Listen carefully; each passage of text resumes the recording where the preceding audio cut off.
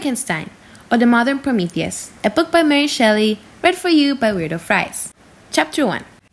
I am by birth Genovese, and my family is one of the most distinguished of that republic. My ancestors had been for many years counselors and syndics, and my father had filled several public situations with honor and reputation. He was respected by all who knew him for his integrity and indefatigable attention to public business. He passed his younger days perpetually occupied by the affairs of his country.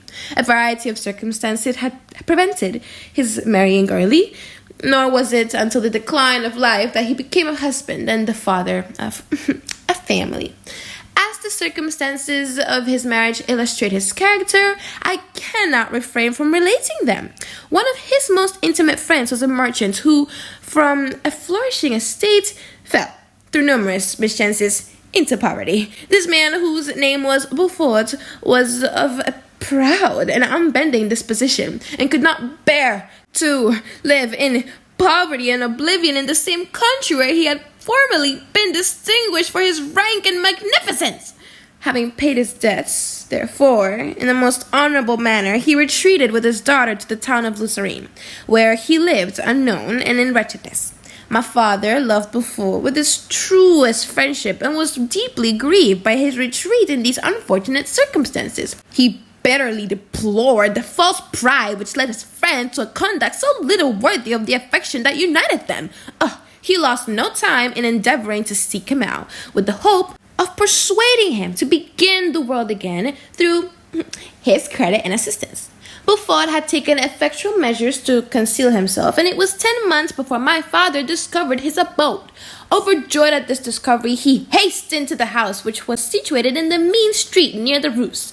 But when he entered, misery and despair alone welcomed him. Beaufort had saved but a small sum of money from the wreck of his misfortunes, but it was sufficient to provide him with the sustenance for some months, and in the meantime he hoped to procure some respectable employment in a merchant's house. The interval was consequently spent in inaction. His grief only became more deep and rankling when he had leisure for reflection, and at length it took so fast hold of his mind that at the end of 3 months he lay on a bed of sickness, incapable of any exertion. His daughter attended to him with the greatest tenderness, but she saw with despair that their little fund was rapidly decreasing and that there was no other prospect of support. But Caroline Beaufort possessed the mind of an uncommon mood, and her courage rose to support her in her adversity. She procured plain work, she plaited straw, and by various means contrived to earn a pittance scarcely to support life.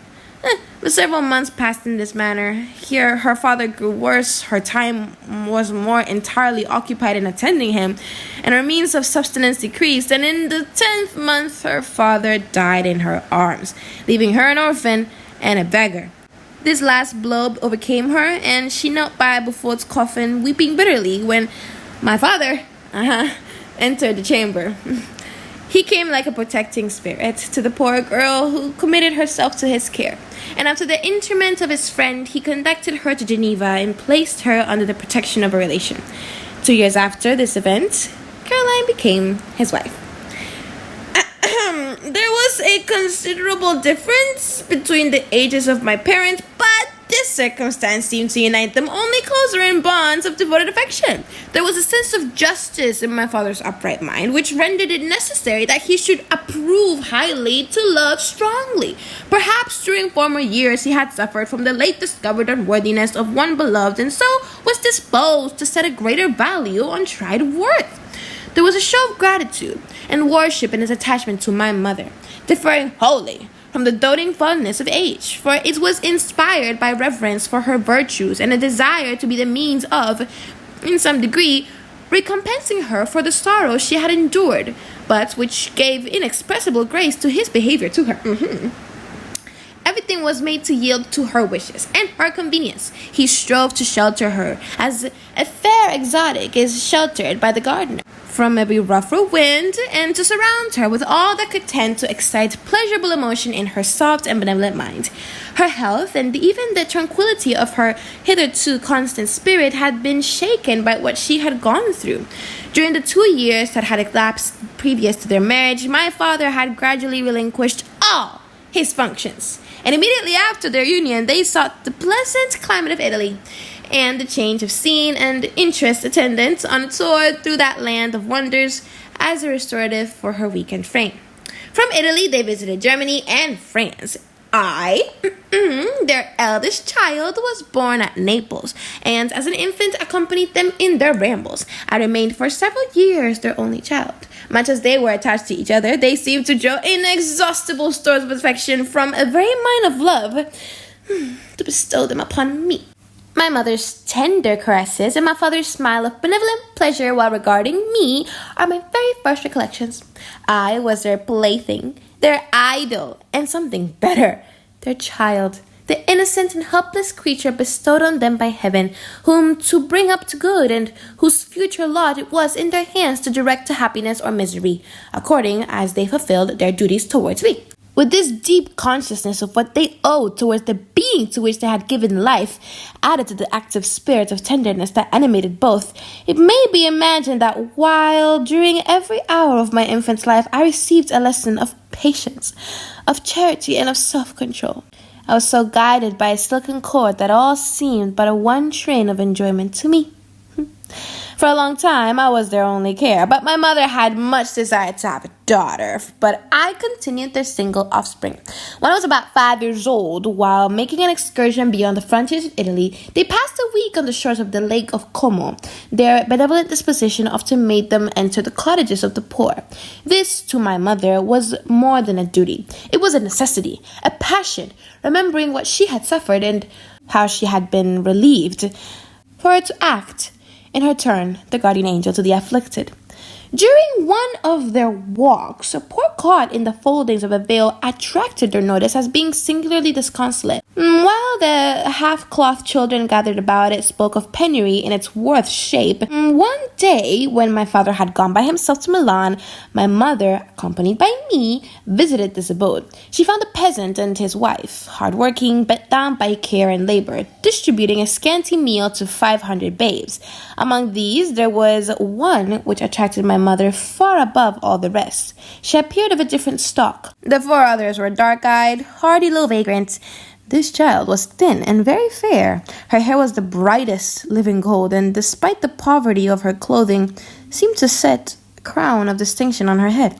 Her brow was clear and ample, her blue eyes cloudless, and her lips and the molding of her face so expressive of sensibility and sweetness that none could behold her without looking on her as of a distinct species, a being heaven sent, and bearing a celestial stamp in all her features. The peasant woman, perceiving that my mother fixed eyes of wonder and admiration on this lovely girl, eagerly communicated her history. She was not her child, but the daughter of a Milanese nobleman. Her mother was a German and had died on giving her birth. The infant had been placed with these good people to nurse. They were better off then. They had not been long married, and their eldest child was just born. The father of their charge was one of those Italians nursed in the memory of the antique glory of Italy, one among the Chavio of North Frementi, who exerted himself to obtain the liberty of his country. He became the victim of its weakness. Whether he had died or still lingered in the dungeons of Austria was not known. His property was confiscated. His child became an orphan and a beggar, and she continued with her foster parents and bloomed in their rude abode, fairer than a garden rose among the dark-leaved brambles. And when my father returned from Milan, he found playing with me in the hall of our villa a child fairer than pictured a cherub, a creature who seemed to shed radiance from her looks, and whose form and motions were lighter than the chamois of the hills. The apparition was soon explained. With his permission, my mother prevailed on her rustic guardians to yield their charge to her. They were fond of the sweet orphan. Her presence had seemed a blessing to them, but it would be unfair to her to keep her in poverty and want when Providence afforded her such powerful protection. They consulted their village priest, and the result was that Elizabeth Lavenza became the inmate of my parents' house, my more than sister, the beautiful and adored companion of all my occupations and my pleasures. Everyone loved Elizabeth. The passionate and almost reverential attachment with which all regarded her became, while I shared it, my pride and my delight. On the evening previous to her being brought to my home, my mother had said playfully, "I have a pretty present for you, my Victor. Tomorrow he shall have it." And when, on the morrow, she presented Elizabeth to me as her promised gift, I, with childish seriousness, interpreted her words literally and looked upon Elizabeth as mine. Mine to protect, love, and cherish. All praises bestowed on her I received as mate to a possession of my own. We called each other familiarly by the name of cousin. No word, no expression could embody forth the kind of relation in which she stood to me. My more than sister, since till death she was to be mine only. This is the end of chapter 1 of Frankenstein or the Modern Prometheus, the book by Mary Shelley, read for you by Weirdo. Thank you.